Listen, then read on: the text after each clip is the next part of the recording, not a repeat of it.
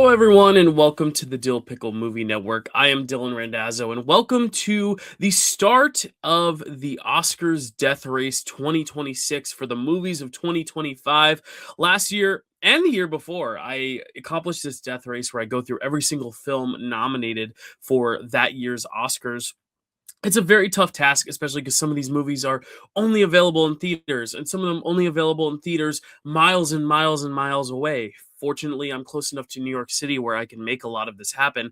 But also, I've been doing a lot of traveling the last few months. I was on a cruise for most of last year, and I'm going to be on a cruise in a few weeks. So I have to kind of fit this whole Oscars death race into basically 4 or 5 weeks, which has been really, really difficult, but also really, really fun because you kind of get to see all of the films back to back to back to back, which makes kind of comparing them really, really fun because they're all so fresh on the mind. Now, these films, a lot of them I did get to see last year as they came out. A lot of them I did see when they came out on streaming because these are the above the line category Oscar films. So the Oscars death race is really fun, kind of finding those smaller movies that you wouldn't necessarily check out unless they got Oscar nominations, especially like the short films, documentaries, international films. But here we have the heavy hitters. I mean, these are the movies that are going to be kind of talked about for years to come, not just kind of popping up for an Oscars race and then leaving, like Flamin' Hot from a few years ago. I don't think anyone has mentioned Flamin' Hot since the Oscars when Diane Warren lost yet another Oscar. But now we're getting movies like Paul Thomas Anderson's masterpiece and Ryan Coogler's masterpiece, movies that are going to be kind of talked about in the modern lexicon of cinema history, which is really, really cool. Which is also why I'm going to breeze through probably these first 10 movies and I'm about to cross off this list because I have my own show where I cover Best Picture nominees with my co-host Chad Webb. It's called Picture This, where I will be talking about the 10 main Best Picture nominees. But what's cool about the Death Race is there are other above the line categories. There's screenplay, there's acting awards. So we're going to be talking about all of those categories today, including Best Picture, but I'm not going to give you any ranking for Best Picture because you will find that ranking on Picture This. And in terms of the reviews for the films themselves, I'm going to be a little bit more vague about my reviews for those 10 films and kind of just talk about the nominations they got in the Oscars. After each review, I will talk about those nominations, and then we will check these off the list. There's the list of 50 films that got nominated. Last year was 50 films. This year's 50 films. It's pretty interesting that the Academy was able to match that yet again. There were some snubs here, some films that we will not be covering on the Death Race, which is a little bit surprising, but these are the 50 films we will be covering by the end of this 10-day stretch. The Oscars are in 10 nights from the night I'm recording this, so I'm really, really excited to kind of fly through these movies. I have a few more to check off my list, but some videos I will be making in the meantime as we get closer to the date. But I've talked enough. Let's get into these movies. Let's start with the biggest movie of the Oscars, the biggest movie period in terms of Oscar history. The movie that has gotten a record-breaking, I believe it's 16 nominations, which didn't just beat the record, didn't just tie the record. The record was set at 14. This movie didn't just go above it by 1, it went above it by 2. And yes, people will say, oh, there's a new casting category, so that's how it was able to get. No. It didn't just get over the hump because of the casting category, because even without the casting category, it still would have beat the record. But when you look at it, this film could have gotten a second song nomination. It could have gotten a second supporting actor or supporting actress nomination. The nominations didn't just end. This is not the cap of the nominations it could have gotten. So we could have seen this film get up to 18 nominations because it is one of those films that just covers the entire board. And of course, I'm talking about Sinners, Ryan Coogler's quote-unquote masterpiece. A lot of people will say Black Panther is their favorite. Creed, Fruitvale Station. I think the good thing about Coogler is that every movie he puts out is going to be someone's favorite movie. He doesn't really miss. The only miss he has, and it's not even a miss for a lot of people, is the sequel to Black Panther, but that's only because of all the real production trouble, obviously, regarding the central star of that film, or of the film franchise that passed away, to kind of rewrite a lot of the second film. But Sinners is actually his first original work since Fruitvale Station, which is really, really cool. Creed obviously being part of the Rocky series, Black Panther obviously being a Marvel project. So it's really cool to kind of see an original idea from Ryan Coogler, who has now kind of found his groove in the studio system. And while this is still a big studio film, it's got big blockbuster moments. It even has an MCU-like end credit scene, which I think is actually one of the worst parts of the film, because why are you putting this really, really powerful, amazing ending after the credits? Some people are going to leave. And and that is just a lesson. Stay for the credits, not because the MCU told you to, not because Sinners told you to. Stay through the credits because a lot of people worked on those movies, and you should sit and watch these names on the screen that helped entertain you for 2.5 hours. And if you hated the movie, you can look at who to blame for that by reading the credits. But until you've been in a movie, you might not get it. But seeing your name in the credits, it's really special because it's really kind of commending you for your hard work. You know, if you're going to applaud people who make speeches for winning awards, you know, you can applaud people silently from your chair and watch their names scroll across the screen. Either way, my main point being this has a very MCU-like ending in terms of its post-credit scene, which I think is kind of taking a page out of the Black Panther book. But everything else is so original. It feels very fresh.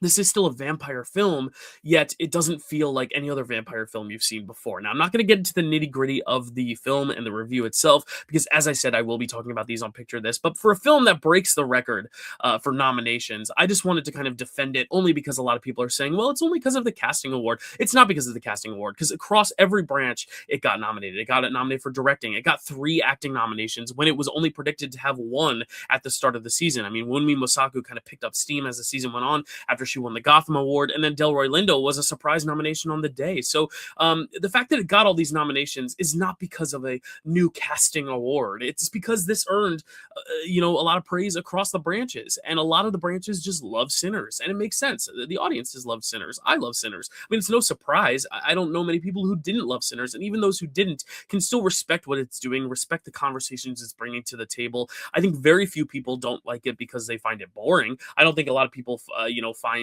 the story unengaging. I think the people who don't like it are either, I hate to say it, racist, or they're just not necessarily into genre films, but they can at least respect the genre elements of it and respect that, like, hey, if vampire things are your thing, then you're going to like this, and I think, my dad is a great example. He's not into anything that isn't like realistic, which is very fair. A lot of people are like that. He's not into all the fantasy stuff. He's not into all the superhero stuff. Anything that kind of crosses the bridge from realism, he's just not as engrossed in. He likes a good drama. He likes a good legal thriller. That makes sense. It's a dad movie. He didn't love the ending of Sinners because it got a little too much at the end, but he can at least respect it and loved the first hour. And I think that's really cool about Sinners is that you can kind of enjoy it in segments. You can enjoy the first hour because it's a really great drama about these kind of people coming together to kind of start this nightclub. You can enjoy the middle hour because it's kind of got that small acts, Lovers Rock kind of feel with all these people in the barn partying and kind of getting along. It's steamy, it's sexy, there's a joyousness about it, there's a really great one take, and then you can appreciate the third half if you're into all the horror stuff, if you're into the otherworldly stuff. But my main point is that even if you're not into the fantastical elements of this, even if you're into more something more realistic like the next film we're about to talk about, I think you could still appreciate that Sinners, for the right audience, is really, really good. So I'm not going to get too much more into a review for this thing, but let's just go through all the nominations it got. Best Picture, Best Director Ryan Coogler, Best Actor for Michael B. Jordan, Best Supporting Actress for Wunmi Mosaku, Best Supporting Actor for Delroy Lindo, a surprise nomination on the day, Best Original Screenplay. It makes a lot of sense. A lot of great original ideas here. Best Original Score. It's a movie all about its music, and going along with that, Best Original Song for I Lied to You, perhaps the best movie moment of 2025. Best Casting. This is a new category, but it makes a lot of sense. You not only had to cast these great actors that we know, but you had to find a discovery in Miles Caton. You had to kind of place the right actors in the right roles. Haley Steinfeld and what she brings to her role. And her ethnicity in that role as well is very interesting. Also casting all the vampire roles. Very, very well cast film. Best Sound. Makes a lot of sense. It's a musical film. Best Production Design. Everything is so tied to the barn. It's such a central piece that it doesn't make sense for it not to be in production design. But cinematography, it speaks for itself. Makeup and hairstyling. Obviously, you got a lot of great zombie effects, but also great scarring on Miles Caton's face. You open the film with that great scarring makeup work.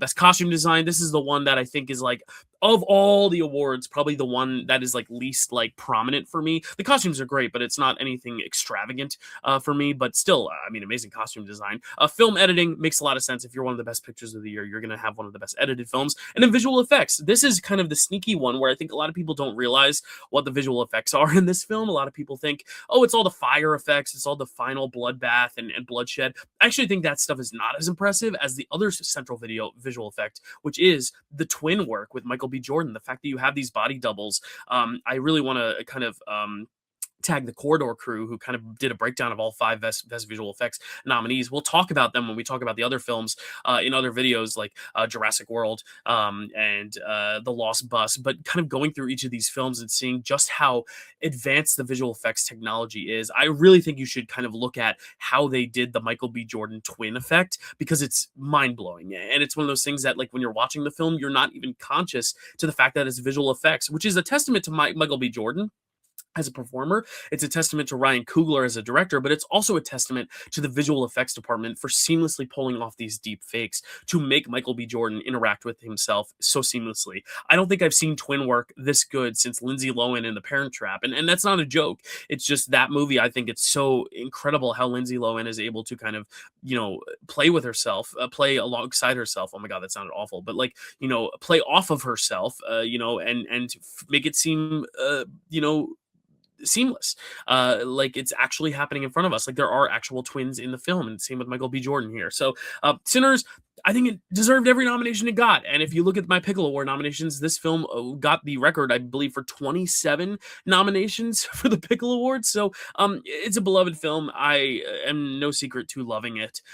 So let's move on to the next film, which got still a lot of awards nominations. This one got 13, which in any other year would be close to tying a record. The previous record set at 14. It's one less than the record. And that is Paul Thomas Anderson's One Battle After Another. Another film that we'll go deep into on Picture This. But this one also easy to see why it's a big hit. It isn't just a well-renowned, respected director getting his flowers, because we've seen that a lot. Like Jane Campion was someone who was overdue, who won an award, but she was the only one who won the award from that film. And the film itself, Power the Dog, while it had a lot of passion, didn't have the passion that One Battle has. And that's because this is not just a director who is overdue. This isn't a director who's overdue, but giving us one of his best works and doing work that is not only crowd pleasing, not only a blockbuster that anyone can enjoy, but has a lot of great political, kind of subtext in it. It has a really great father-daughter story at the center of it. It has an iconic villain with Sean Penn, who I think joins the ranks of like Javier Bardem for No Country for Old Men, or Heath Ledger as the Joker, J.K. Simmons in Whiplash, assuming Sean Penn wins the Oscar, as one of those great Oscar-winning, kind of just nasty performances that I think it's a bit of a shame, because I think Sean Penn, when people are like, oh, Sean Penn's going to be a 3-time Oscar winner, I agree. I don't think Sean Penn is the actor that comes to mind as the person who needs 3 awards for his work, but it's a shame that his best of the 3 that he will win for, Mystic River, Milk, and now One Battle After Another, I think this is the best of his 3 performances, and it's coming last. It's kind of the Frances McDormand thing of people being like, oh, you really need to give her a 3rd Oscar, but I think Nomadland is the best performance of her 3. That's going to be controversial, I know, but it kind of is unfortunate that Sean Penn, his best performance is his 3rd one, where it's undeniable. It makes sense why they were going to want to give him the award, even though it's like, do we really need to give Sean Penn a 3rd award when Jacob Elordi is fresh on the scene? Delroy Lindo has never been nominated before, Stellan Skarsgård has never been nominated before. Benicio hasn't won in 20 plus years, but I digress. Best Picture, obviously a lock up there in terms of a nomination. We'll see if it can get the win. I think Sinners and One Battle After Another is going to be a tight race. But let's look at the other nominations this got. Best Director for Paul Thomas Anderson, an overdue win if he wins that award. Best Actor for Leonardo DiCaprio, again, a great performance from him. He's kind of been really settling into this kind of like bumbling idiot but endearing older guy who's kind of pathetic, but we kind of root for him anyway with this and Once Upon a Time in Hollywood. A little less so Killers of the Flower Moon. I think it's a little harder to root for him in that film, but that trio of performances really shows him in a new light than the kind of slick, kind of glamorous, Great Gatsby, Wolf of Wall Street, Leonardo DiCaprio that kind of dominated the 2010s. We're seeing a much different side of Leo since 2019, which I really, really like, and this is probably my favorite performance of those 3. Maybe Once Upon a Time in Hollywood, it's really tough, but supporting actress, Tiana Taylor, another one who was kind of a breakout star for 1001 a few years ago, but really blew up because of this film. And she kind of has the Mahershala Ali thing of like, she's only in a small segment of the film, but her impact just kind of carries throughout the entire film, especially when you kind of have that coda at the end of the film that kind of adds, even more text to her character is really beautiful. And then, of course, supporting actor. I mean, we just talked about Sean Penn and Benicio del Toro, 2 very, very different performances.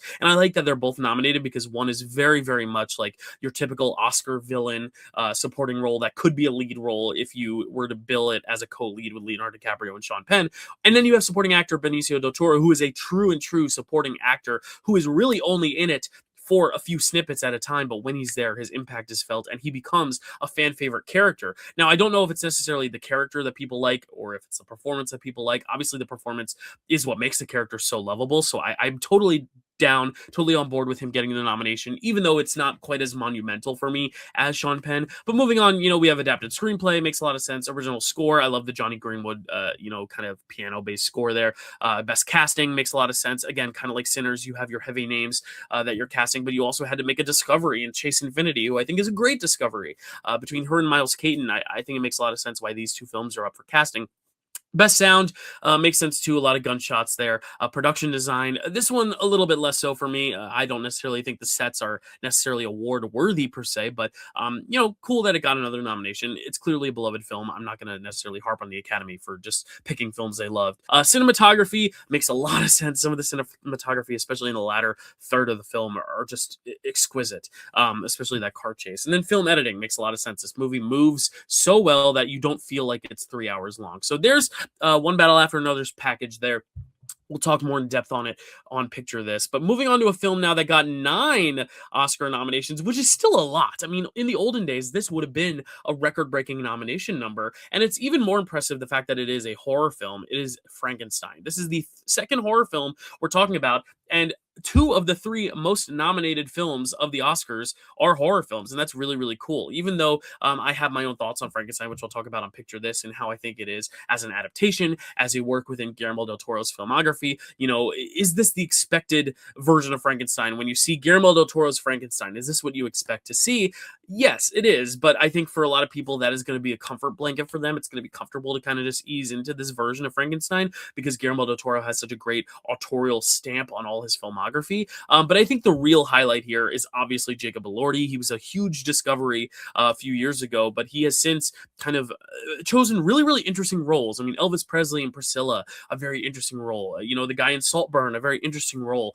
Frankenstein, Frankenstein's monster, a very, very interesting role for someone that I think would typically kind of be cast as the heartthrob. I mean, we saw Wuthering Heights. That makes more sense for who you think Jacob Elordi would get cast as, but I like that he's playing very unconventional roles, and it makes a lot of sense why he got nominated for this. But Frankenstein, I will have a lot of thoughts to say about Frankenstein when we talk about it, Chad and I. But Frankenstein gets a Best Picture nomination, Best Supporting Actor for Jacob Elordi. As I said, a great discovery of a performance there. Who had it in? Who knew he had it in him? Really. Best Adapted Screenplay, obviously adapting a very precious work and being one of the most heralded adaptations of that work. Best Original Score makes a lot of sense. Sound, yep, a lot of great sound work. I think this is a film that is all about its design. So you have Best Production Design, Best Cinematography, Makeup and Hairstyling, Costume Design. Of those, I think cinematography is the only one I'm a little like not so sure about, only because I think, the Guillermo del Toro thing has been done time and time again of like, we're never going to really stop the camera. It's always going to be gliding through the frames. And I just think this film is just kind of a repeated motion of what other films Guillermo del Toro has done recently did a little bit better, like Shape of Water and Nightmare Alley in terms of the cinematography. I think this is just kind of a retread of that style.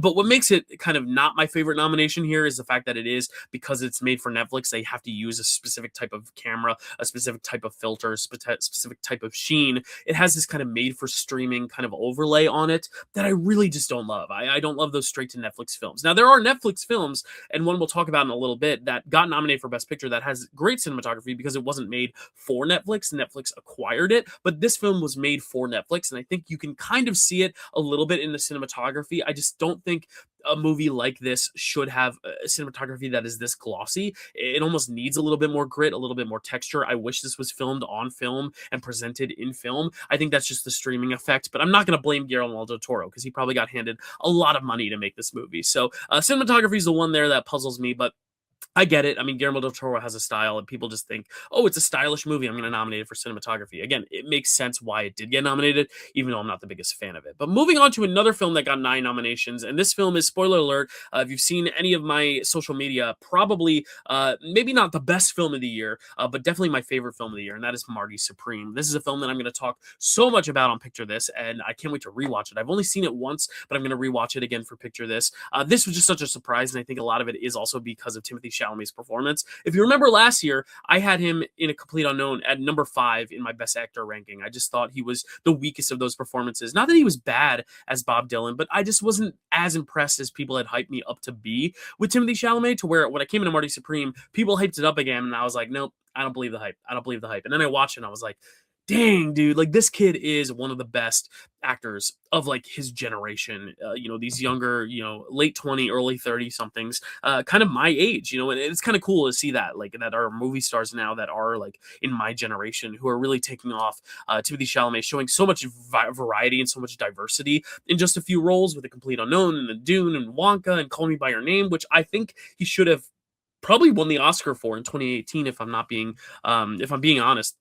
But Marty Supreme, I think, is like going to be his crown jewel performance, at least of his early portion of his career. And it's nice because I think he is still at least one of the two front runners right now. I think it's him, Michael B. Jordan, kind of going to be a matter of who has the passion surging behind him. I think Michael B. Jordan has more passion for that film. I think Timothée Chalamet has just more passion in terms of a singular performance, where the movie is him. If he's not good, the movie's not good. But I do not want to take away from all the other great elements about this movie that I think really, really work. The direction by Josh Safdie is obviously phenomenal. I mean, how he orchestrates all the chaos. I mean, this is the first time we've seen the Safdie brothers split up between Josh and Benny. We'll talk about Benny's film because it's also nominated for an Oscar, but not for Best Picture, and I think there's a reason. And I do think this is a partnership where it's very clear, at least from these two films, who had the juice and who had a lot of the Safdie trademarks. Because you look at those two movies, Marty Supreme and The Smashing Machine, one feels much more like the other Safdie brothers films, which makes me feel like one of them was in the driver's seat, one of them was in the passenger seat. I don't want to be disparaging toward them, but I do think just seeing these two films next to each other, maybe it's the material, maybe it's a script, I don't know, but I do think this kind of shows who was kind of wearing the pants in that relationship, if you will. And I don't think there's any bad blood between them, so I'd like to see them reunite again, because I do think there are things that Benny brought to the partnership that are really great, but it is cool to see that Josh can fly solo and fly well on his own. Obviously, the screenplay I just talked about is really good. The casting, I think, is kind of the highlight of this film. The fact that, again, like every Safdie brothers film, you have all these kind of unconventional castings. Yes, Mr. Wonderful is a problematic person, but I think casting him in that role is so perfect. And it's actually a shame that he is probably the second best performance in this film next to Timothée Chalamet, but I think it's a testament to how Josh Safdie casts a film. And I don't even know if I'm allowed to say this. I'm allowed to peek behind the curtain a little bit, but I auditioned for this film, and I'm not bitter about it at all, because I think Josh Safdie perfectly cast this film. But what's really cool about his casting process is that he's really just looking for authentic people. He doesn't want to find people who are clearly acting, and I think that's very true in the casting you see for this movie, is that every single person feels like you plucked them off the street. It doesn't feel like anyone's giving a performance, and the only person who's like giving a performance is the person who is a performer in the film, which is Gwyneth Paltrow. And I think there's a lot to be said about that. I think Odessa Zion feels very raw and natural. Penn Jillette, the magician Penn Jillette, who you might see in Vegas on screen with Teller doing magic tricks, is in this film doing a literal magic trick and disguising himself as this guy who is like this angry farmhand who, gets revenge at Marty for trying to steal a dog from him. I just think it's such a well-cast film, and I just love how unconventional the casting is here. Production design, obviously building so many old period sets. I think that's something that a lot of people don't really realize is happening. A lot of people are just like, oh, they just filmed on location, but these locations don't exist anymore. So you literally have to design all these old kind of table tennis clubs, billiard clubs. I think the production design is masterful in this film. Cinematography, obviously, a very manic film, but one that requires a really steady hand on the camera, even for the shaky cam stuff. Costume design, again, it's a little bit more of your period clothing. I think Gwyneth Paltrow's costumes in particular are the standout here. Probably the one award that I'm not as crazy about for this film. If you had to let one go, I think costumes is just fine. And then film editing. Obviously, this movie kind of relies on its kinetic pacing, where I think you need that film editing for the kinetic pacing. But let's move on to yet another film that got 9 nominations, which is Sentimental Value. This is actually the last of the Best Picture films I watched. I actually watched this on a plane, and I do want to say, I'm going to talk about this film on Picture This, but I do think watching it on a plane, maybe not the best setting to watch Sentimental Value. So I'm going to kind of give this another watch when I kind of have a more quiet atmosphere around me. Not that it was distracting. I actually think a plane is a great place to watch a movie because you can't really text or go on the internet. I mean, you can if you want to pay for a plan, but if you don't pay for the plan, all you have is your screen. So you can really just laser focus on the screen. It's like being in a theater where you can't do anything but look at the screen ahead of you, because outside you have clouds and your phone doesn't have reception. So it's like, okay, I'm just going to watch the screen ahead of me. So I thought this was actually a great setting to watch, especially an international film where you need to be locked into the subtitles. But maybe for a film that's this quiet, I don't necessarily know if the plane was the right atmosphere. But let's talk about these nominations it got, just to kind of check it off the list. Best Picture, Best Director for Joaquin Trier. Really cool to see him get this nomination, having seen The Worst Person in the World, a film I adore from a few years ago. Renate Reinsve, an actress nomination I'm really happy to see, especially coming off of, yet again, Worst Person in the World. I just like that film a little bit more, so I'm very excited to just see them get the nominations, but I feel like part of it is also because they were snubbed for that film. And yes, they're good in this film. The direction's good, the actress is good, but I just feel like, for me, at least in my heart, if I were voting for Renate Reinsve, it would be because she was snubbed for Worst Person in the World, not necessarily because I think she's the best performance in this film, if that makes any sense. And then you got the supporting performances, which I think is actually where the film shines the most. Obviously, you have the supporting actor in Stellan Skarsgård, who is kind of a lead of the film. I'd say the film is mostly about him, but again, maybe because of screen time, maybe just because we're trying to like set up Renate Reinsve as like the eyes of the audience in a way. He ends up being the supporting actor, but I think this is one of the best performances of his career. And then supporting actress, I think Inga Ipsodottir Lilius is a really cool discovery. I think she has some great scenes, but I wish there were just a little bit more for me to really sink into with her. But I think she's good in the glimpses we see of her. But then Elle Fanning is really the big surprise, because everyone's been talking about Inga, everyone's been talking about Stellan, everyone's been talking about Renate. That I didn't really expect Elle Fanning to have such an impact, but she really did. Actually, she was my favorite part of the film. Maybe because I think her storyline with Stellan Skarsgård is probably the most interesting of them all in this film to me. So really happy to see Elle Fanning get that surprise nomination. Also because she's great in the new Predator film. So I just wanted to note that too, that she's just having a really great year. But original screenplay makes sense. This kind of is a screenplay that I feel like the Oscars typically go for. International feature, it makes sense if it's nominated for picture. It's also internationally nominated as well. And then best film editing. This one's a little trickier for me, only because it's not the flashiest editing. But it is cool to see a film like this get an editing nomination. It shows that editing can have a lot of different styles, a lot of different textures, a lot of different forms to it. And I think in this case, the editing between just the three different kind of storylines, the one with Inga's character, the one with Renate Reinsve's character, and then, of course, the Stellan Skarsgård stuff with Elle Fanning. I do think it's very interesting to see how this kind of weaves through these different relationships with all these characters and Stellan Skarsgård. I'm still puzzled as to why he's not the lead actor. And I actually do wonder if he gets an acting push, does he get nominated? Does he win for lead actor? Because right now he's not the favorite to win for supporting actor. And I'm wondering if maybe he would have had a better chance in actor, but that category is so stacked too. So I really don't know if Stellan would have had a better shot in lead or supporting, but I do think he is the lead of this movie. But moving on to a film that got 8 nominations. This is a book that I read that I fell in love with, and I saw the film, and it did make me cry. Spoiler alert, of course. I mean, everyone cried. If you didn't cry at this film, like, let's talk, because I have questions. But we have Hamnet, and this is one that I think the less said about Hamnet, the better in terms of spoilers. I don't really want to talk about what this film is about, because if you don't know what it's about, and there were some people that I told, I was like, don't look it up, because I think when it hits you and when you realize what this film is about, it really just takes you by storm. It really just kind of swallows you whole with just it's a raw emotion. And I think that's the thing about Hamnet, is that having read the book, and this is something they always tell you, they say don't read the book if you want to see the movie, because you'll know what's going to happen. I think there's a pro and a con to that. Obviously the pro being you don't get the spoilers for it, but the con being that I think this film in particular, having read the book, it does definitely prepare you for something really, really heavy and really, this great monstrosity of emotion. So I think there's pros and cons. But for Hamnet specifically, I think having read the book beforehand might have been slightly a disservice, just because I kept comparing it to the book in my head. But usually the book is always better than the movie. I mean, there are very rare exceptions where the movie is better, especially when it is a renowned book like Hamnet. But the good news is the author of the book, O'Farrell, did adapt Hamnet. So it is her screenplay. And that's what I like about Hamnet, is that it does feel like it's still coming from the voice of the book. It doesn't feel like someone just trying to take the material and put a revamp on it. It feels like a natural evolution of that material, even though there are things from the book to film adaptation that I'm not necessarily the biggest fan of. But what I do like is just that it explores Shakespeare as a human being and not just this kind of mythological figure. It really tries to humanize the character of William Shakespeare, and more importantly, the people around him, because we hear so much about William Shakespeare, but we don't really know much about his family life. We don't really know much about his wife. And while this is still a fictionalized account, it is really cool to just see this myth kind of explored in a new way,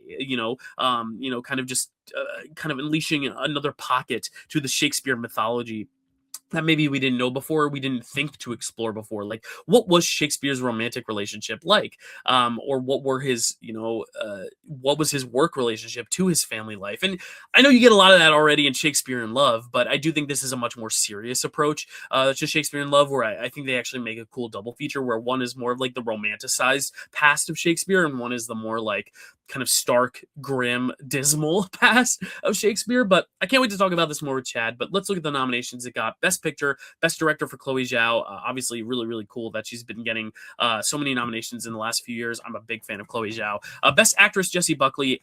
I think she has this one in a cakewalk. We'll talk about her in a sec later when we go through the rankings of Best Actress. But I think she's far and above the Best Female Acting Performance of the year. And then we have Adapted Screenplay. Again, like I said, I don't love a lot of the changes from the book to the film, but I do think having the same voice, kind of making those changes, I think definitely helped a lot in having me like the screenplay a lot more. Best original score, this is one that's a little bit dicey only because this composer actually reused one of his musical motifs from a past work in his score. So a lot of people are saying it shouldn't count. I think it should because the majority of the score is original, but I think the highlight of the score is the part that's already been done in other films that you've seen in other films. I believe Shutter Island uses the same musical motif. So it's one of those things where I'm like, oh, I really love the music. And that last moment really hits because of the music, but it's a music piece that already existed. That's not the original part. So I'm like, I don't really know if I love the original score very much because the original score is not all original, and the part that is not original is my favorite part of the score, if that makes sense.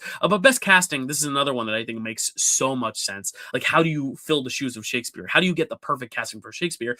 And I'll just say right now, one of my top snubs of the year is Paul Mescal, because I think they found the perfect casting for Shakespeare. And then Jessie Buckley, obviously, she's going to win an Oscar, so it makes sense that casting is rewarded for that. And then you have to cast child actors. Casting Noah Jupe and Jacoby Jupe is genius casting. I think that's one of the coolest casting decisions of the year. I actually think the casting category this year is the coolest category of the year, where I think all 5 casting nominations are like top tier, would have won in any other year. And it really is crazy that at the end of the day, one of these 5 films that's nominated for casting is going to have to be at the bottom of the ranking. But production design, obviously recreating the globe is a huge feat, and they pulled it off really, really well. And then costume design, obviously some iconic dresses and outfits worn, really period detailed costumes and elements to that. So moving on now to the films, I believe there are 4 more films that each received 4 nominations apiece. So I'm just going to go alphabetically, starting with Begonia. This is a film that very much centers around a big mystery, a big question. And again, it would kind of be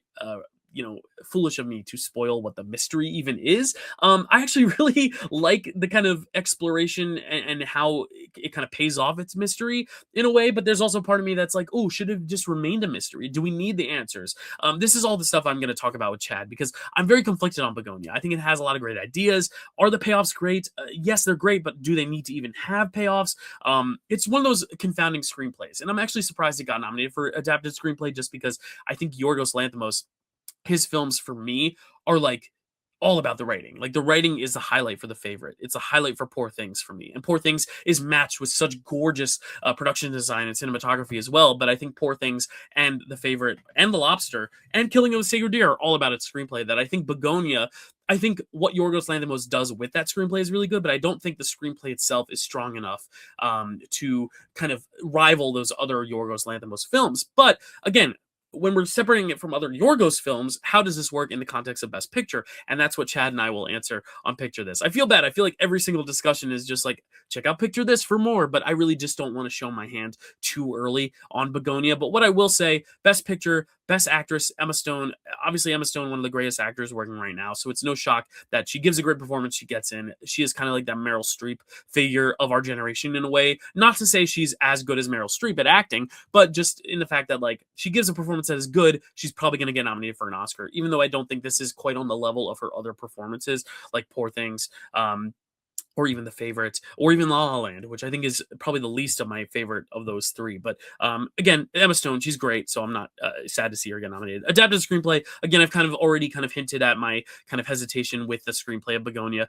But the one thing I'm not a fan of Begonia for, and this is going to tip a lot of my hand, but I don't like the score at all. I think it's way too intrusive. I think a lot of Yorgos's scores are very, very kind of eerie and quirky, and kind of not distracting, but they're definitely felt.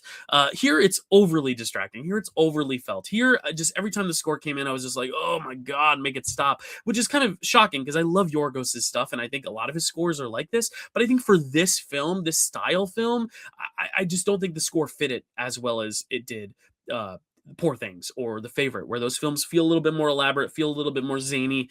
This one, it is a little bit more small. It's a little bit more contained. So I feel like the giant kind of score is just not necessarily what I would have done with this film. I would have liked to see him maybe go with something a little different in the composer director relationship there. I don't know how much say he has over what the score of this film is going to be, but this is probably the one score that I'm like, oh, I really would not have nominated this score. But we'll get to actually talking about the movie and all the moral dilemmas and stuff when we talk about it on Picture This. But another film that doesn't really have as many moral dilemmas or as much complexity. It's just cars going vroom, vroom, vroom. It's the dad film of the year. It is F1, also getting nominated for 4 awards. And they're all primarily tech awards. I mean, this is kind of the tech player. Every year, I feel like there's like a Best Picture nominee that is mostly there because it's an impressive technical achievement and a bit of a blockbuster.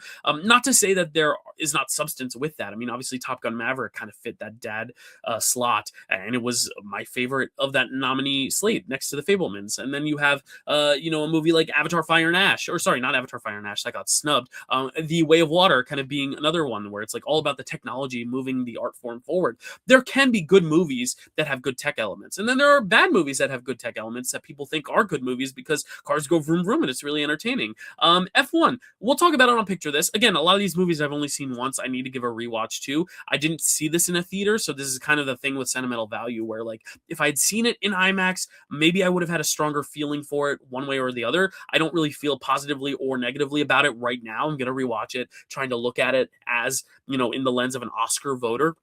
But this is the dad film of the year. It's of cars going vroom vroom. It's a big movie star at its center. Really impressive effects. Really great sound. The awards it got nominated for make sense. Best Picture, Best Sound, Best Film Editing, Best Visual Effects. I mean, the sound, visual effects, film editing, that is how you pull off a good racing movie. So the races themselves makes a lot of sense. If this is your favorite movie of the year, that it would get all those other nominations as well. But moving on to a film that could not be any more different than F1, we have The Secret Agent, which was kind of like a big surprise. I think when it got nominated for the Globe for Picture, everyone was like, oh, could this be an Oscar nominee for Best Picture? And then it won the Globe for International Feature, and everyone was like, whoa, this is like a lock for Best Picture at the Oscars because it beat Sentimental Value and it was just an accident at the Globes. And I think that was huge. And No Other Choice, which at the time was looked at as a potential Best Picture nominee. So the fact that Secret Agent slipped through, it really shows that Brazil is just firing on all cylinders in terms of its campaigning. I mean, last year, getting I'm Still Here in with much less of a package than Secret Agent. Here, Secret Agent gets 4 whole nominations,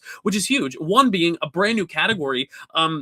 And what's really cool about this casting nomination, because it gets picture, gets actor for Wagner Moura, international feature, those were all expected. But casting is the big one because this film is not full of stars. Wagner Moura is the only big star in this film. But the thing is, all these kind of smaller bit characters, they all feel so authentic and so real. It's as if they pulled them right off the street. It's kind of that same idea, of a lot of these other casting nominees, like Marty Supreme, like I said, where it really feels so authentic to what this story is, the types of people that he is surrounding himself with, the kinds of people he's running into. I think Tanya Maria is my favorite casting of this film. She actually got a Pickle Award nomination for supporting actress. I really, really like the casting of this film because it's not full of stars, and it shows that the Oscars are not just going to resort to picking films that have big casts of people we recognize, like, oh look, it's Leonardo DiCaprio, it's Sean Penn, it's Regina Hall. They're not going to do that every time. They're going to pick films that are well cast for the films themselves and what the film requires.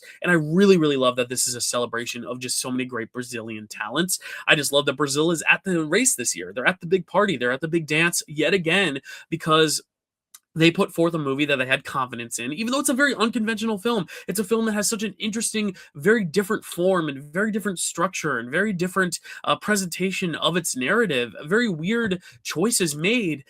And yet it was a shoe-in for Best Picture after it won the Globe. Like, I just think that's so cool. Really, really good for Brazil. I'm not going to go further on it because Chad and I are going to talk about it on Picture This. Take a shot for every time I say that. But Best Picture, Best Actor for Wagner Moura, Best International Feature, and Best Casting for The Secret Agent. Now, the final Best Picture nominee we have to talk about is the second Netflix film to get nominated here, and it is Train Dreams. Now, this is a film that was not like Frankenstein. It was not made by Netflix. This was acquired by Netflix at Sundance, which I think was really, really cool. Sundance films, usually the Sundance films that get picked up are like the warm, kind of cozy, fuzzy ones, like Little Miss Sunshine or Coda, Minari.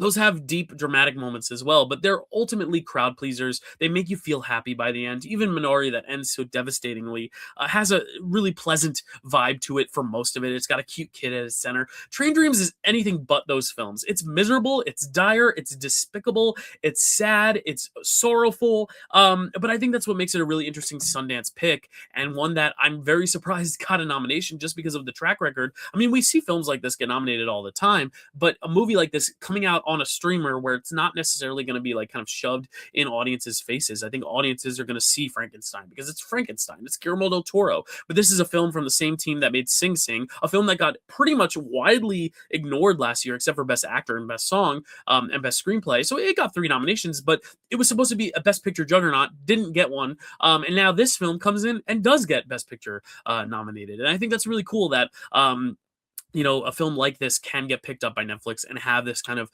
little engine that could trajectory, which is kind of crazy to say for a movie called Train Dreams. That's a little engine that could, but it is. And I think it is very deserving of some of the nominations it got. Obviously, you have Best Picture, Best Adapted Screenplay. It makes a lot of sense. Adapted Screenplay this year, one of my least favorite categories, but I do think it makes sense. If this is in Best Picture, it's also an Adapted Screenplay. It makes a lot of sense why it would get in. And then Original Song for Train Dreams makes, again, a lot of sense. It's a Best Picture nominee. It has this central song that really fits the vibe of the piece. I did a TikTok, actually, a ranking with Chad, ranking the 15 shortlisted Best Song nominees. And when I got to Train Dreams, I kind of judged each song on its own as a song. I wasn't the biggest fan of the song Train Dreams, but when I think you look at it in the context of the film, I think Train Dreams, the song, plays much better in context. So I think it's one of those nominees that actually makes a lot of sense because of where it plays in the film, how it plays after you've kind of gone through this emotional experience with this character. And then the big highlight, obviously, being the cinematography. This is kind of the anti-Frankenstein, where Frankenstein was filmed with Netflix cameras, with the Netflix protocols. This film was not. This film was filmed separately. It was made for Sundance, and then Netflix acquired it. So it doesn't have that kind of sheen over it that a lot of Netflix films have. This has a real richness to its cinematography. It's gorgeous landscapes. This reminds me a lot of Nomadland in the gorgeous cinematography, the forests, all the trees. It's a real shame that 2 giant technical juggernauts like Sinners and One Battle After Another are competing for that top prize, because I think the cinematography in Train Dreams is just absolutely stunning, and I worry that it doesn't have a chance because of those bigger films just being also really, really well shot. But I think if they're going to throw a bone to Train Dreams, it makes a lot of sense that cinematography would be the one. So there are the 10 Best Picture nominees. We're not done yet. We still got a few other films. We got 5 more films to cover in this video, but checking those 10 off the list, bam, there they are, 10 films highlighted in green. The next film I want to highlight got 2 nominations, and it wasn't for any acting awards, but it was for a big above-the-line category of screenplay, Best Original Screenplay, but it also picked up a Best International Feature nominee, and this is It Was Just an Accident, the newest film by Jafar Panahi. And what is really, really cool about Panahi's work, cool but also very sad, is that based on his government, based on the way, a lot of censorship kind of takes control where he's from, his films, he has to kind of make in secret, because a lot of his films are to kind of expose the government or to make these kind of more taboo plays, these stories that are more focused on oppression and, kind of a distrust of the government, speaking out against the government, these kind of anti-propaganda films. It's kind of like reverse propaganda. And It Was Just an Accident isn't necessarily front and center about that like Seed of the Sacred Fig was last year, but it is very much still rooted in this kind of animosity. I mean, it really follows this guy who has this kind of uneasy relationship with this guy that he sees on the street that he thinks may be the guy who tortured him in prison. but is not 100% sure if that's him. So he kind of spends the whole movie trying to figure out if it's him by kind of collecting these other characters along the way, almost like a Little Miss Sunshine-esque road trip. Everyone's hanging out in the van with this guy who they're still not sure. Is this the captor? Is this the torturer? Is this not? And what I really like about it was just an accident. Like I said, it's not front and center about all its themes about its government, but it's still felt through every frame. There's a real urgency. Also because if you know about Panahi's work, you know that he films a lot of his films in secret. He films that if he gets caught, he goes to prison for making, and he actually got arrested after making this film. And I think he's one of those filmmakers that, puts his life on the line to make art, not because he likes making it, which he does. I mean, obviously, every filmmaker should love what they do, but because he has something to say that he needs to tell. He needs to say what he needs to say, even if it puts his life on the line, even if he ends up in jail for it, even if he gets killed for it. He is going to put his life on the line to deliver a message and deliver entertainment. And what I also love about It Was Just an Accident is that it is entertaining. It's actually a comedy, and I didn't really know this. It's not fully a comedy. It is still deeply dark. It is still very rich with character, very rich with these really moral dilemmas. It kind of feels like Begonia in that way, where the whole film, you're kind of centered around this mystery. Is this the real guy? Is this not the real guy? And now that you have him, is it too far to go back? Like, if this isn't the real guy, should we still kill him because now he's been captured and now we've done all this stuff? And does that make us now the bad guys? And I think it's such a cool moral play. It's the reason why I nominated this for Best Picture at my Pickle Awards, because there is just such an interesting back and forth conversation to be had here, and there are no easy answers, and there are no answers. There are no real answers as to whether what the right or wrong is, and if this is actually true, if this is false, and that's what I love so much about it. But as I said, it is a great piece of entertainment as well. There are funny moments. I mean, just the fact that he's going on this road trip, he's taking this couple from their wedding photo shoot because he needs a photographer to be a testament to a testimony and kind of testify that this is the guy. Meanwhile, this corpse, he's not dead, but he's this like lifeless kind of, sedated body is in the back of this van, and he could wake up at any moment, and there could be danger with that. I mean, this plays around with so many great tones, and it's not one of those films that's really in your face about a lot of its theming or a lot of its themes, or a lot of its, visual presentation either. I mean, this is a film that's obviously filmed in secret, so there aren't these big sweeping shots, there aren't these big epic moments, but it's epic in its quiet storytelling, it's epic in its interactions, it's epic in its characterization, it's epic in its theming, and I really, really like that about this film. This is a film that I think is at such a disservice not being nominated for Best Picture, because I have a feeling that this film is just going to kind of fade from people's memory, kind of like Seed of the Sacred Fig. Not a lot of people talk about that movie. It was one of my top 5 movies of last year, but because it didn't get a Best Picture nomination, only people who did the death race saw it. And I think that's going to kind of be the case for It Was Just an Accident too, where I worry that because it didn't get a Best Picture nomination, not many people are going to see it, especially at a time like now, especially the complicated relationship that the U.S. has with Iran, especially with all the current events. It's really interesting to have a movie like this, and I think it's very vital to have a movie like this seen by as many people as can see it. So if you haven't seen this movie, please, please, please, please, please, please, please, please, please see it. It is entertaining. It is very interesting. It's very challenging, but it is not challenging in the way that it's a slog to sit through. It's very entertaining. It's easy to watch. I just keep tripping over the same words, but it's no accident that this film is really, really well received. It's not because of Jafar Panahi and his story that this film is making the waves critically. It's because it's a really good film, regardless of the political ties or not. So I just think it's exceptional, and there's a reason it's nominated. It's nominated for original screenplay in international feature. So let's check It Was Just an Accident. Boom, off the list. Now let's get into some of our acting category above the line feature nominees. These are films that were not nominated for picture. One of them was nominated for screenplay, but these are all acting award nominees. Starting with Blue Moon, directed by Richard Linklater. And what's really, really cool about this film that I didn't even know is that it's not written by Richard Linklater. Now, I thought it was, because Richard Linklater writes most of his stuff, and he's known for kind of these movies where it's just a bunch of characters sitting around talking, especially Ethan Hawke movies, where characters, specifically Ethan Hawke, are sitting around talking. That's his bread and butter. So the fact that I found out that this is not even his screenplay, that this was written by another guy, that Richard Linklater was like, you know what, I want to direct that, is really, really cool. It's Robert Kaplow, wrote this screenplay. And what's so cool is this is the perfect marriage of like screenplay and director, where this feels like a Richard Linklater screenplay. It feels like exactly the type of movie you would expect Richard Linklater to write and to make. But it's some other writer doing just as good a job, and Richard Linklater kind of guiding, I guess, this writer through it and directing it, to kind of put his own visual spin on it. Even though this is not a film that necessarily takes any huge directorial swings, it does, but in a very subtle way. It's not like this big, grand, big epic. It all takes place in one restaurant in Sardis in New York City. It follows Lorenz Hart after the premiere of Oklahoma, where his ex-partner Richard Rodgers and his new partner Oscar Hammerstein, Oklahoma, one of the biggest hits of musical theater, and you kind of are you're like a fly in the wall in this kind of after party where Hart is actually the center focal point of this whole party, because Hart is the one who he's kind of been screwed over, but he's also kind of done it to himself.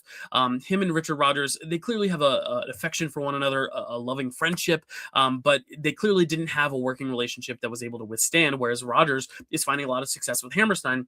And you start to see how that kind of plays out in this dinner party. And you think these big explosive moments are about to happen, but really it's kind of rooted in this kind of simmering conversation where everything's kind of boiling, but it's not boiling over. The kettle is not whistling quite yet, but it's getting a little steamy. And that's what I really like about this film, the screenplay, is that it really kind of toes the line. It's obviously nominated for Best Actor for Ethan Hawke, and I think that is just one of the best performances of the year.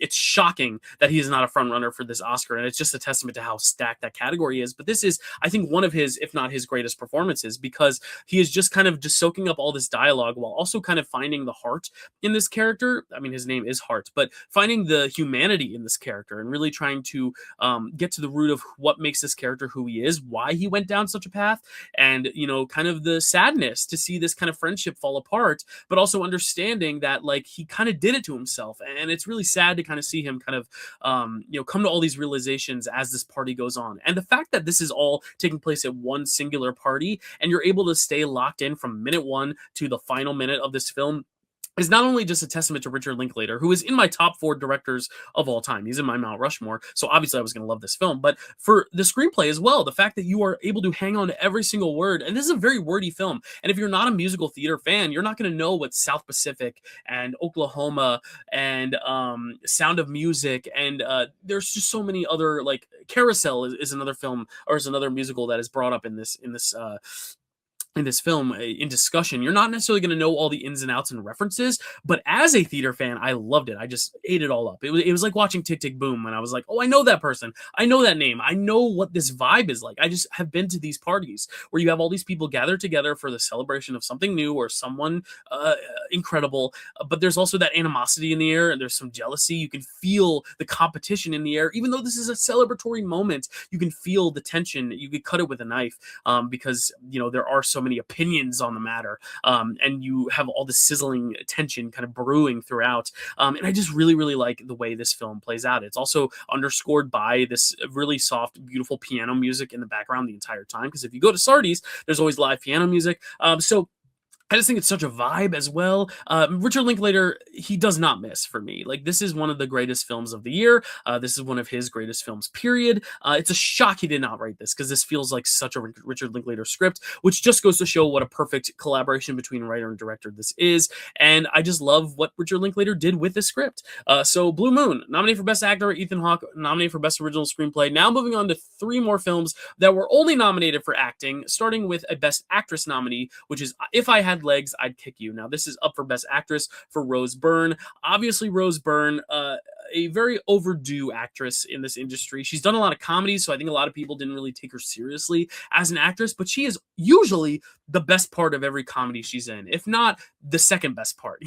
Yes, you might like Melissa McCarthy the most in Bridesmaids, but who impressed you the most? Who did you really not think was going to be so good? Rose Byrne, Spy, Melissa McCarthy, she's hilarious, but who really steals the show there?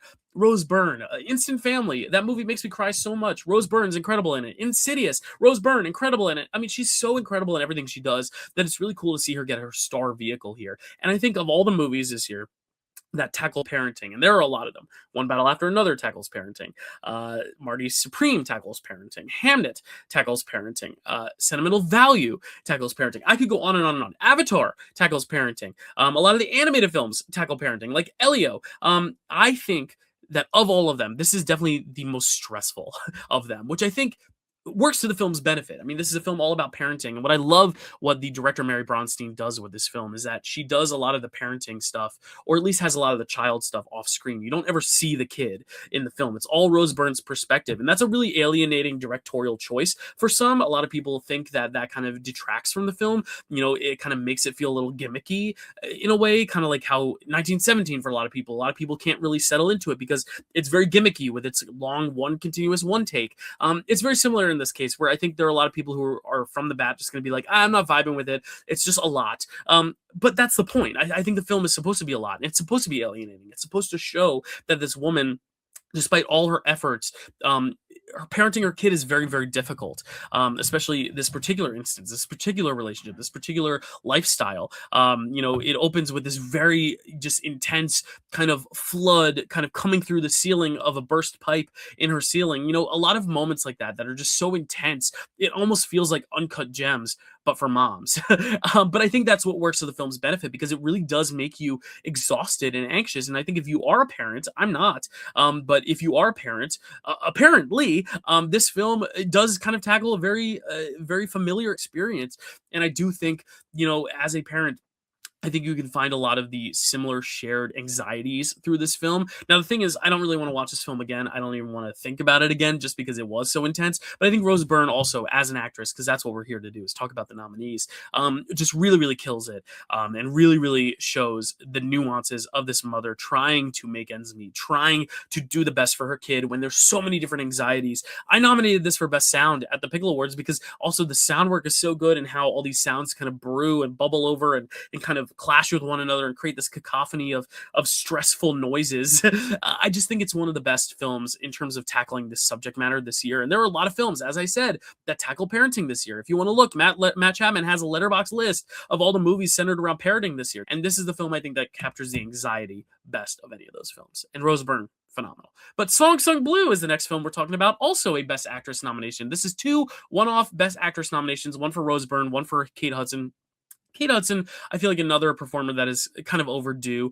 It doesn't really have, all these movies that people can point at as like these big Oscar darlings. But Song Sung Blue, as soon as the trailer came out, everyone was kind of looking at it as either a real Oscar play in the traditional sense of like, oh, it's a music biopic. The Academy's going to nom, nom, nom, nom, eat it all up. And some people were like, oh, this is going to be such a bad Bohemian Rhapsody level failure because it's obviously the stereotypical biopic, that it's going to be so bad that people are just going to roll their eyes and be like, remember when they tried to force Song Sung Blue on us? And it's kind of a mix of both. It's a film that is kind of hitting those familiar biopic moments. I feel like it's presented in a very overproduced way. I think the biopic performances are very big and flashy, but I think the thing is, the story itself is real. So all these crazy things that happen in this film are actual things that happen to these characters, to where if you're just fictionalizing this story and you see all the turns that this film takes, this features this couple who start a cover band for Neil Diamond, Sweet Caroline, ... They create this cover band, but halfway through the movie, it stops being about the music and it becomes about these really terrible health issues and these car accidents and these heart attacks and all these things that happen and drug problems and just this really intense kind of whirlwind that this family takes, while also still being a musical biopic, that if you were to just make this just off the top of your brain, a lot of people would be like, this is the most ridiculous concept of any movie ever. But then you realize it was a true story and you're like, well, you can't knock the crazy narrative choices because that's what actually happened. And it actually happened in that manner. There's a moment that I actually thought was a dream because there's this crazy moment that happens to Kate Hudson's character, and then the very next scene, something crazy happens to Hugh Jackman's character in a hospital, and then the scene after that, Kate Hudson's like waking up from a nightmare, and I thought that was the nightmare, but turns out no, she was just waking up from a nightmare because of the actual event that actually did happen, and then you realize, oh wait, this actually happened to her. It's hard to talk about without spoilers, but it's one of those movies that just perplexed me at every turn. Now here's the thing, it is still an overproduced musical biopic. It is way too long, the script is bad, the performances, I think Kate Hudson's very good, I think Hugh Jackman not as good. I think she definitely outsings him, outacts him, outperforms him. This is her vehicle, and it sucks that it's as much a Hugh Jackman vehicle as it is a Kate Hudson vehicle, because every time I was watching them, I was more invested in Kate Hudson's character and her journey, more so than Hugh Jackman's journey. But what I will say is that despite it being a conventional biopic, I think the narrative is anything but conventional. So while I didn't really like this movie, I definitely would recommend it if you want something that's definitely going to surprise you, because I just didn't see where this film was going. I didn't expect it to go this direction.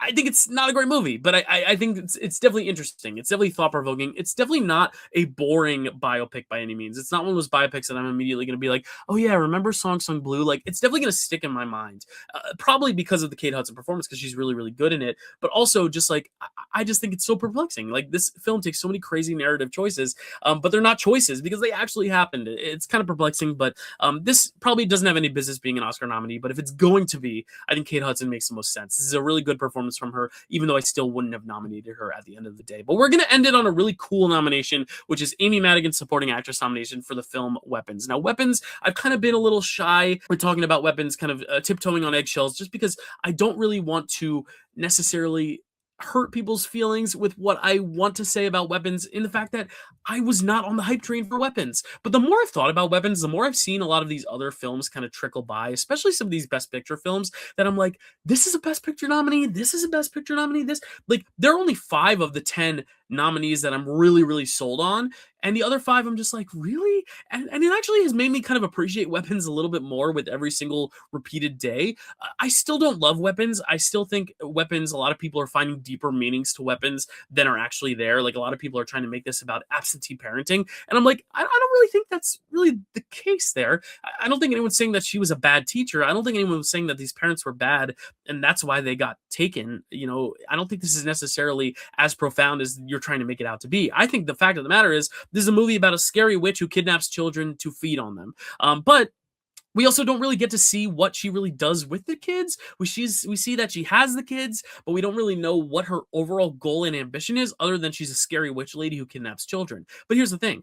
I think the film, if you don't want to look for the deeper meaning, if you're not trying to find a deeper meaning, is actually pretty good. I mean, it's pretty entertaining. It's a good mystery. It keeps you on the edge of your seat. I really like the idea of it, kind of showing this kind of really sad, traumatic event from so many different perspectives. I love especially the drug dealer perspective. I think that's probably the most interesting story thread of them all. And then kind of ending with a resolution that, while it doesn't really provide a lot of great answers, and it really doesn't really give any sense of like what the theme of the film should be necessarily, I think it's a very cathartic ending that is going to have a lot of people really excited to watch it and go back and watch it again. And I think that's the thing for me is like, I didn't love all the choices. And I do think Barbarian, another film by Zach Kreger, has a little bit more to say just about the Me Too movement and cancel culture and feminism. And toxic masculinity that I think is very present in that film. Whereas here, I was just trying to grasp at the straws of what exactly this film was trying to tell me. But when I was able to just say, you know what, this is just trying to be an entertaining witch Hansel and Gretel film where the witch kind of captures all these kids and it's about these parents and the mystery, trying to get them back and getting all these different points of view in a Magnolia Rashomon style. I think it works very well on that front. So I'm excited to go back and watch this again because now that I actually know what it is, I'm going to be able to enjoy it a little bit more because I think originally I was going in for something so much more profound. And maybe there is a profundity that I'm missing with Weapons that actually is there that I just haven't acknowledged yet. But right now I'm kind of middle of the road in Weapons, but I think it's a much more entertaining film than a lot of the other films that are nominated above the line. And I actually think the performance from Amy Madigan, while it is not my favorite in the category, is one that has grown with me over time as well. Like the more I think about it, I'm like, that is really an iconic modern horror villain. The only thing is like we only get such a small snippet of her that I wish we had more of her. But I think the fact that she's able to make such an impact with such a small amount of screen time is actually a testament to how good the performance is. So Weapons, Song Sung Blue, If I Had Legs I'd Kick You, and Blue Moon, those 4 acting nominee films we're going to check off the list. Boom, there we go. 15 films now checked off the list, and we have quite a few many to go. 35 more to go in the next few weeks.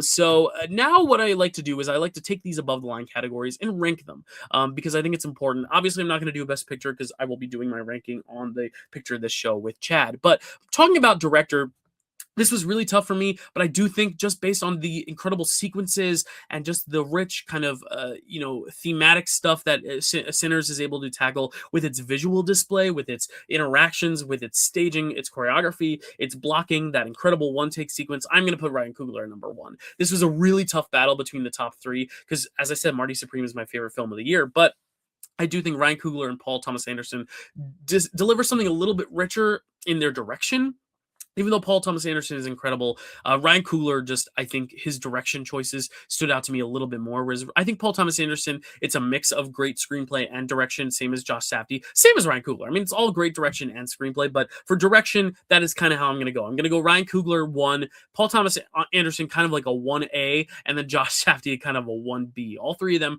extremely close. And then I think Chloe Zhao, a very formidable fourth place there. I just think her direction choices are so incredible in how she's able to draw all the emotion out of her actors, especially. It's a very beautifully quiet, but definitely impactful film. And then Joaquin Trier at the bottom, I don't hate him as a director, but I think of these five, he's the one who, for me, is a little bit most out of place. But moving on to Best Actress, I said it earlier, Jessie Buckley, probably my favorite female performance of the year in Hamnet, but I do think Rose Byrne is close behind. I think this is definitely in a year where Jessie Buckley is not giving such a juggernaut performance. Probably my favorite performance in this category. It's just a shame that the film is not bigger, is not more visible. And I think Hamnet just has a few more legs than If I Had Legs, I'd Kick You does. Emma Stone at number 3, I think even though it's not one of my favorite performances of hers, it is still Emma Stone doing her Emma Stone thing. Kind of like Meryl Streep, she'll always end up in the higher echelon just because she is who she is, and every performance of Emma Stone's is great. But I do think Kate Hudson was very good in Song Sung Blue. I don't necessarily love that film. I think it's kind of this crazy anomaly for me, but I do think Kate Hudson is obviously the highlight of it. It makes sense why she is the one person singled out from it. And then Renate Reinsva, who I just have to see the film again. I just don't really know if I am the biggest fan of her performance, but I do love her, so I'm glad that she got her Oscar nomination. Again, these are performers that I love that they're just getting recognized in the first place. So I'm really excited for Renate Reinsva. But moving on to Best Actor, this is so tough because my number 5 is Wagner Moura, which is crazy because Wagner Moura is incredible in The Secret Agent. It's just the fact that this acting lineup is so stacked. I mean, you have Michael B. Jordan at number 4.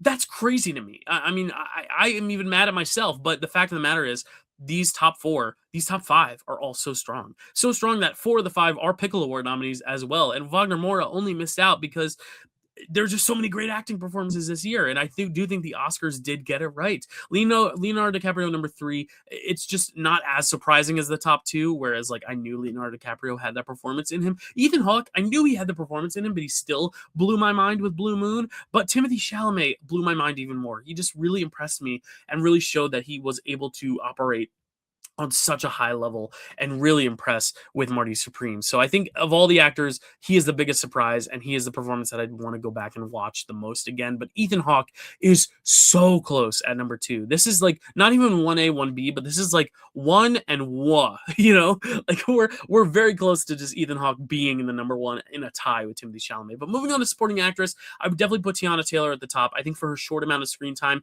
having as much an impact as she does is really incredible. Elle Fanning at number 2, she really surprised me. I didn't think I was going to gain much from her performance, but she ended up being the standout of a film that is full of really good performances. And same with Wunmi Musaku. I didn't really, I thought she was great the first time around, but she wasn't one of the handful of performances that I remembered most from that film. But then on rewatch, her presence really is felt and really is so dominating in all the scenes she's in, that I had to put her here at number 3. Amy Madigan, a performance that has grown on me so much. It's just a shame that the top 3 are just even better for me. I think her creation of Aunt Gladys is so phenomenal that I almost wish we could get our own little spinoff of her. But I think the fact that she is in such a small amount of time and has such a profound amount of screen time, amount of screen effect, it's kind of like Anthony Hopkins as Hannibal Lecter. She's so iconic that in just 10 minutes, she's able to really make her mark. And I think she's incredible in that film. I think all 4 of them are very strong. But Inga, number 5, just because I feel of these 5, she was the one that I was least blown away with. But again, a great performance here. I think the performances that they nominated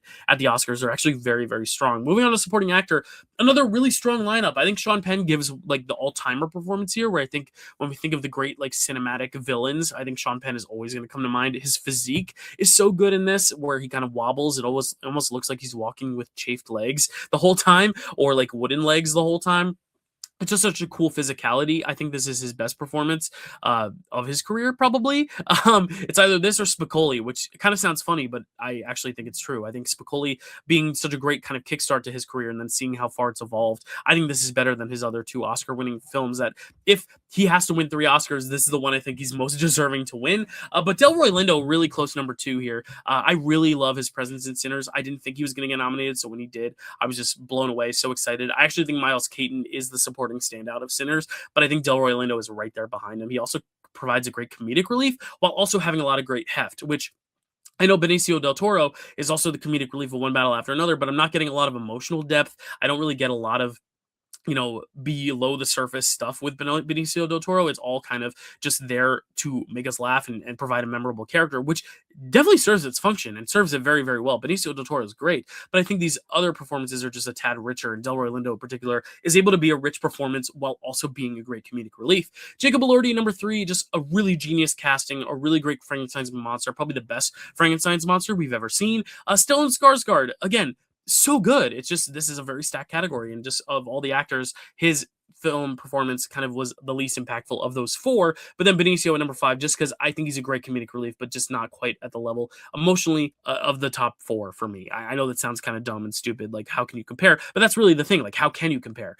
There's such different performances all around. All these different performances are so different and so unique in their own different ways. But moving on to the screenplay categories, I'm going to start with adapted only because I think this is a lot easier, a lot more clear cut. Where One Battle is far and away my number one here. Hamnet is far and away my number two. And then the other three, you could kind of juggle them up. But I think Train Dreams is a little bit more well written than Begonia, which is a little bit more well written than Frankenstein. I think Frankenstein is a film all about its visuals more so than its script. I think Begonia has interesting themes, but the dialogue itself is not my favorite. And then Train Dreams, I like the dialogue, even though the themes I think we've seen in other films before. But ultimately, I think the top two are far and above the top two, whereas number one through four here on Best Original Screenplay are very, very difficult. And I ultimately went with Marty Supreme just because I think it's the most engaging screenplay for me. I think it has the most interesting characters that are written. I think it has the most interesting plots, the most interesting narrative, the most interesting themes and lessons that are not necessarily in your face, but kind of are lessons and morals and themes that kind of sneak up on you by the end where you're crying and you don't know why, but it's because this film did take you on an emotional journey when you didn't think you were going on an emotional journey. Whereas Sinners is a close number two. I love all the deep stuff it's going for in its script, but it is also a film that I think just ticks all the boxes. So many other areas that I think I'm going to give Marty Supreme the win here because Sinners is getting the win elsewhere. And then Blue Moon, another amazing screenplay. It's just, it's number three. That's really all I have to say. Same with It Was Just an Accident. This is a film that is so good. The screenplay is so good, but again, there's so many good screenplays in this category. Sentimental Value is the only screenplay I probably wouldn't have nominated of these four, but of these five, I should say. But again, still in something in there for some audience members that are maybe not me, but other people are really loving the writing there. So maybe I just need another viewing of that, not on an airplane. But there you go. We made it through all the 15 above the line nominees in a little over an hour. Pretty good timing there. Obviously, I kind of showed my hand for a few of the films for Best Picture, which ones I like more than others. I think it's clear what my top five and what my bottom five are, but you get to find out how I would rank the top five and the bottom five on Picture This. And I'm going to rewatch all those films before Picture This. So who knows? Maybe there's a world where one of these films that I'm not as fond of ends up making a big surprise.